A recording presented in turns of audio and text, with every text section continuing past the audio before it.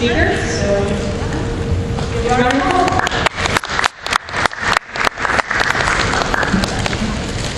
How's everybody doing? Good. All right. Today I'm going to have the privilege of interviewing Carr. He is the quarterback for the Fresno State Bulldogs. He is just finished his redshirt sophomore season for the Dogs and going through his redshirt junior year this next season. So we're going to take a seat and I'm going to ask him some questions about his life and his relationship with Jesus Christ and football. So first question, Derek, I have for you is, what type of family home did you grow up in? I grew up in a Christian-based home with two parents and two big brothers that always beat me up. So I guess that's what made me tough to play football. But I couldn't ask for a better way to grow up. Okay. You had both your parents in the home growing up, and I feel like you had a lot of support for football and everything. Oh yeah, they definitely supported me through everything, and it was just a real blessing to be able to have two parents who supported everything that I was doing. Do you feel like that has impacted your life in a positive way, having that support as far as now being out of the home and being on your own in college? Oh yeah, no question. And it really taught me one day, in the future when I have kids, how to handle them, because to support them and really encourage them, because what they did for me meant the world to me. Great.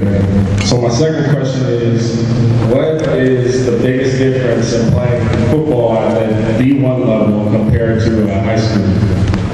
Everybody's a lot bigger and a lot faster, and they hit a lot harder.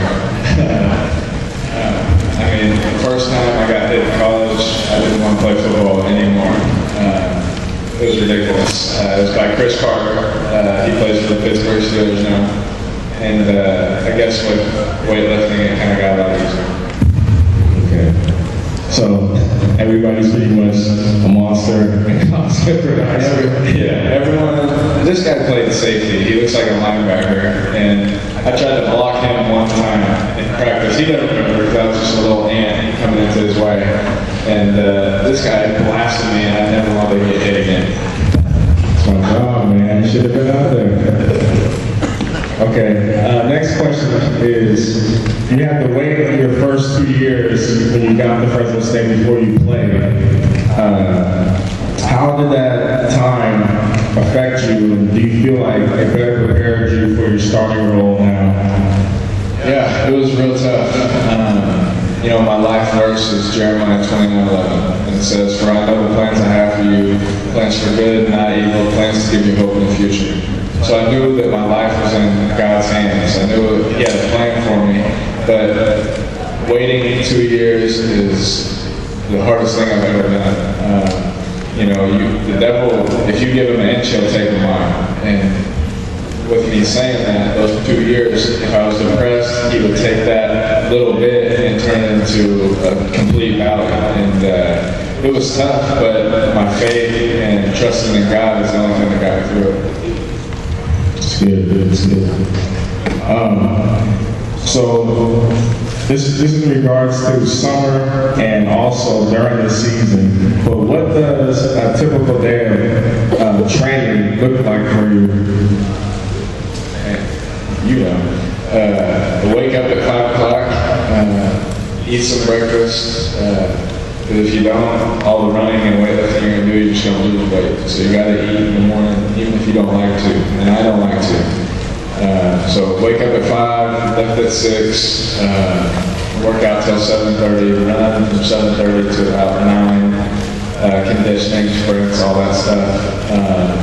Then during the season at 8 o'clock, that's when classes start. So whenever your classes start during then, you go to class. And before class, you gotta go to breakfast. It's a team mandatory thing. So you go to breakfast, go to class, and so you've gone to class, done all these things, and it's still only 11 o'clock. And then you have practice at 1:30, meetings, all that. get home at 6, eat, you gotta make yourself a dinner, you gotta cook. I don't know how to cook, so I pick up something on the way home. And then basically by the time you're done doing homework and all that, it's about 9:30 and you're ready to go back to bed and do it all over again.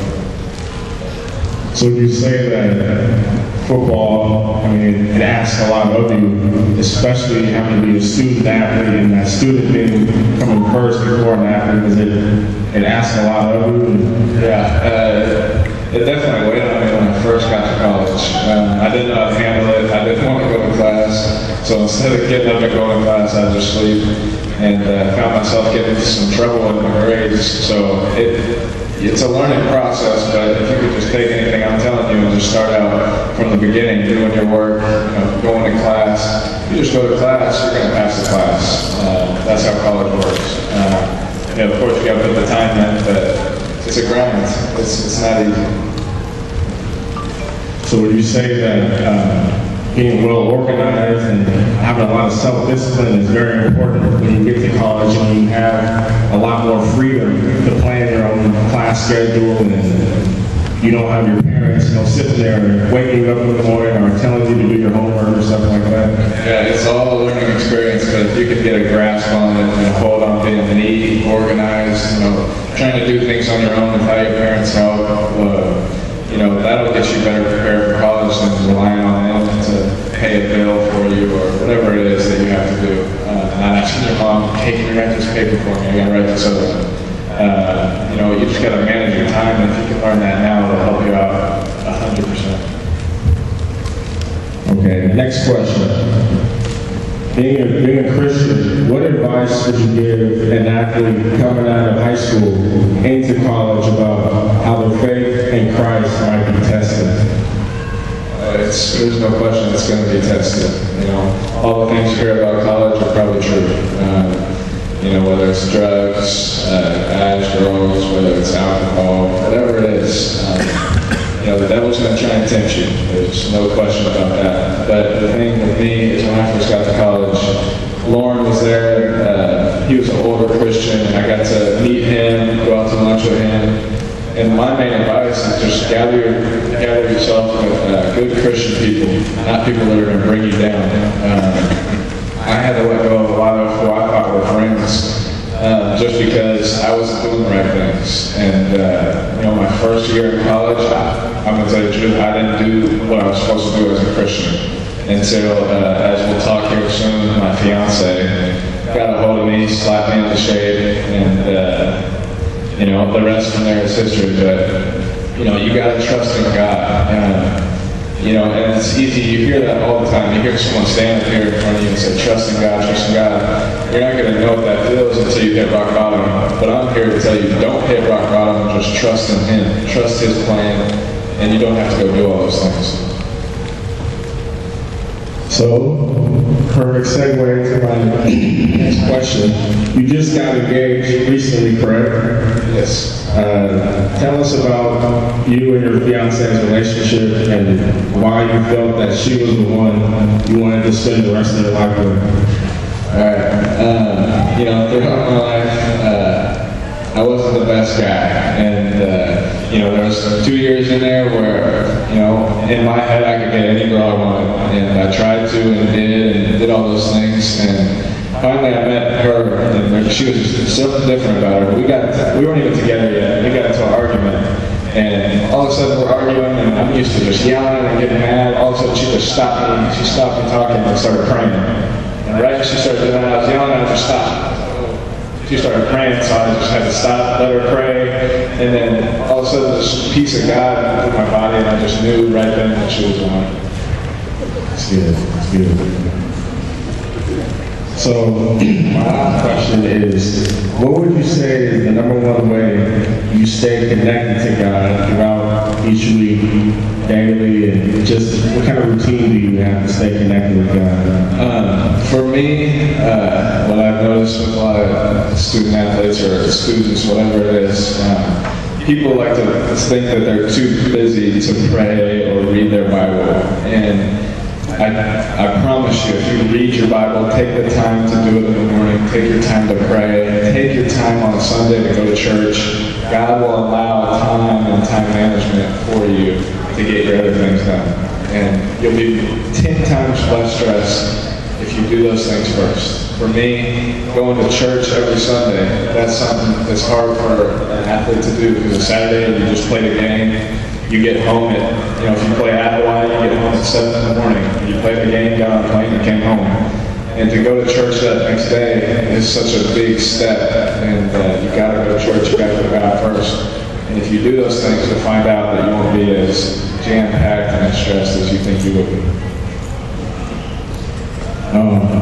I know that your grandfather played a big role in your life, and as far as just being a leader of your family, and did he help you come to Christ, or is that something that happened to your parents or on your own, or how did that happen? It was on my own, really. It was at my grandpa's church. He was a pastor for who knows how many years. He's old, so it was a while. But I was sitting in the row in the church where we usually sit, where my family sits, and I think I was like 6 years old. So I knew what was going on, and I was bright for being young. And all of a sudden, I was just standing there, and I just started crying, and I just walked out of my seat in front of the whole church and just started praying. And that's when I came to know God. And it was at his church, and he got to pray with me and lead me to Christ. Awesome. Well, thank you, Derek, for taking your time here today.